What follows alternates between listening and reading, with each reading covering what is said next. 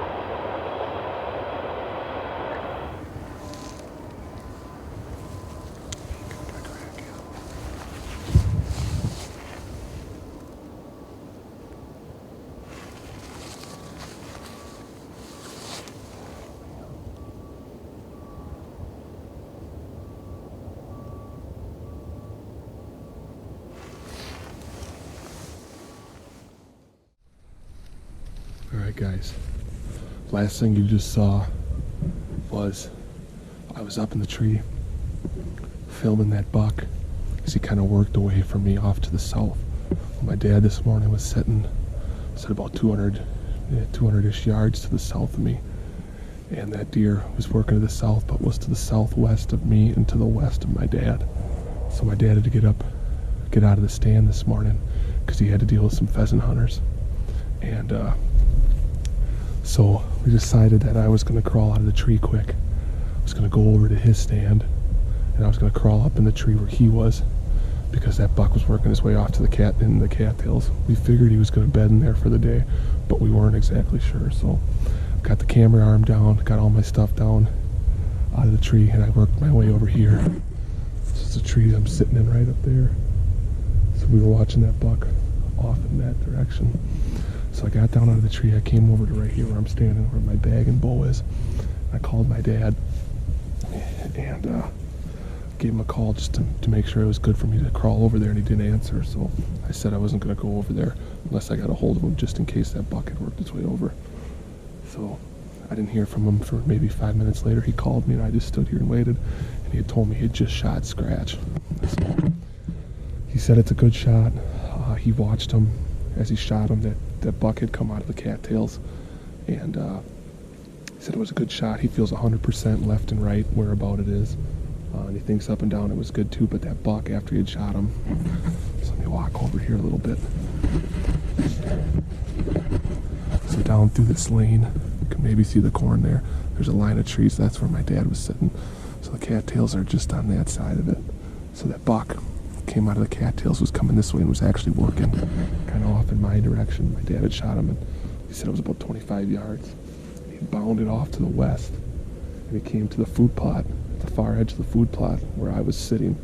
I couldn't see him, obviously, because at that point I was down on the ground here waiting to sneak over to my dad's stand. But he said he saw him standing on the edge of the food plot for 2-3 minutes, and he saw him walking real slow off to the west, and there's some willow trees in there. There's a ditch, so he's pretty sure he bedded down right in those willow trees.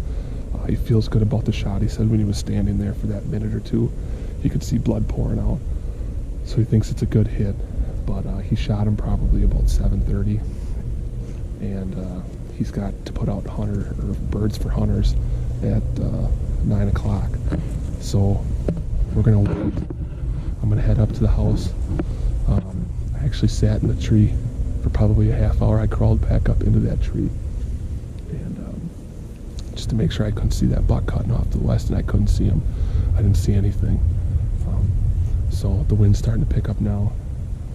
It's probably, I don't know, it's 8:30 or something now. We'll go up to the house, give this deer at least 2-3 hours, and then my dad's got hunts again at noon, so we're going to try and get out maybe about 10 o'clock, see if we can find the arrow, see what the blood looks like, slip in on hopefully this dead buck, which is a beaut. But Scratch has an arrow in him. We are thrilled. Don't want to celebrate too early, but we feel confident that he made a good shot, so we'll go up to the house, talk to him, and hopefully we got a dead deer in a couple hours.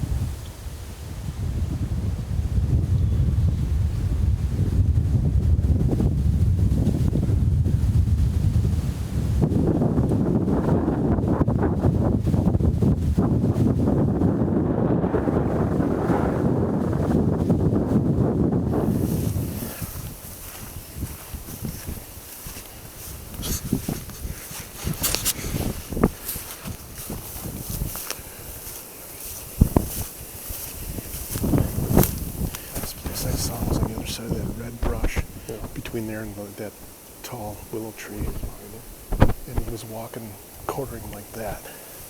I never saw him after that. You got it down. He stood like to the right side of that brush, almost on the field there, like in that grass. He stood there for like. So he cut to the right side of the brush. Yeah, he's on this side.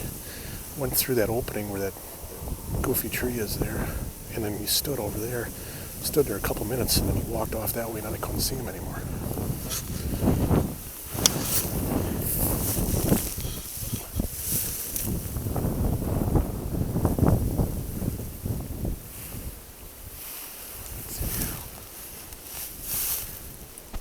There's no blood on the fletching. I know.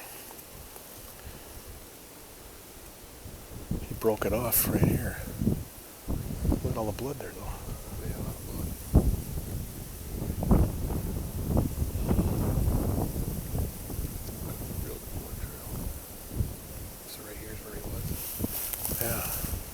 So I figured a little over 20 yards.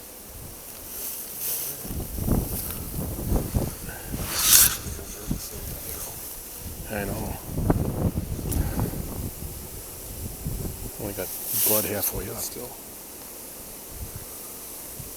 Turn the arrow over, there's blood. Yeah, it's blood.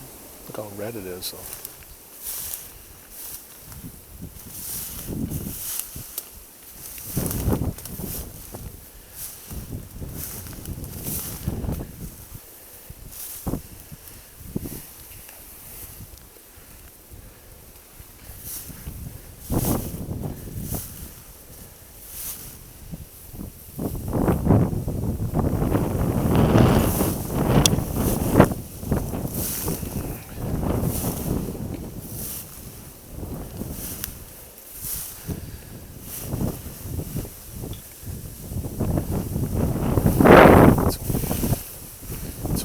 Side of where he ran, so it never came out the other side. On the left. Yeah. We didn't get past there though. So he went like this, and then he hooked up this way. He went up through here. I think he's laying right on the other side of this brush. Just whether we should go after him or not. A lot of blood here. Just keep going.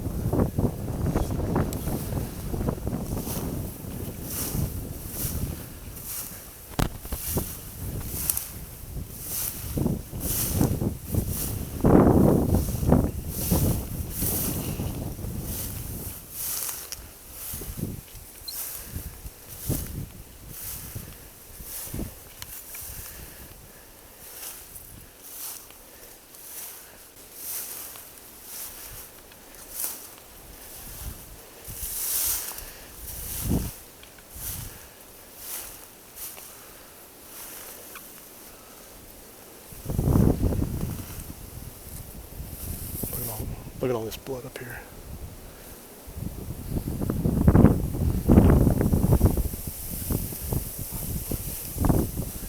Look at all the blood up there.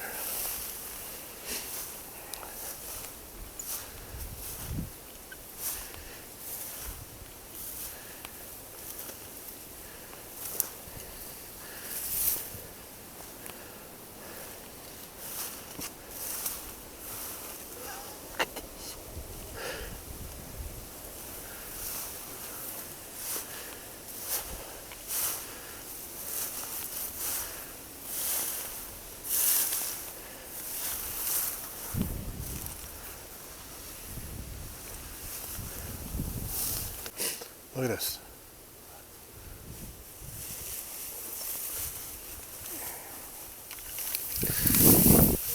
Good God! He's right there.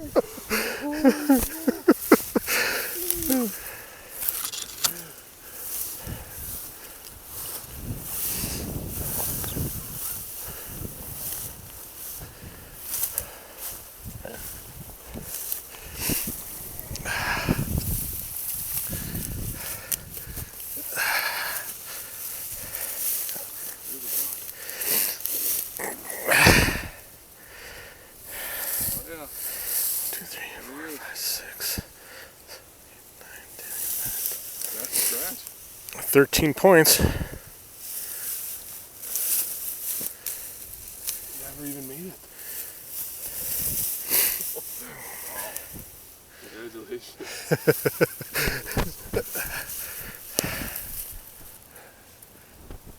What a hunt. What a deer.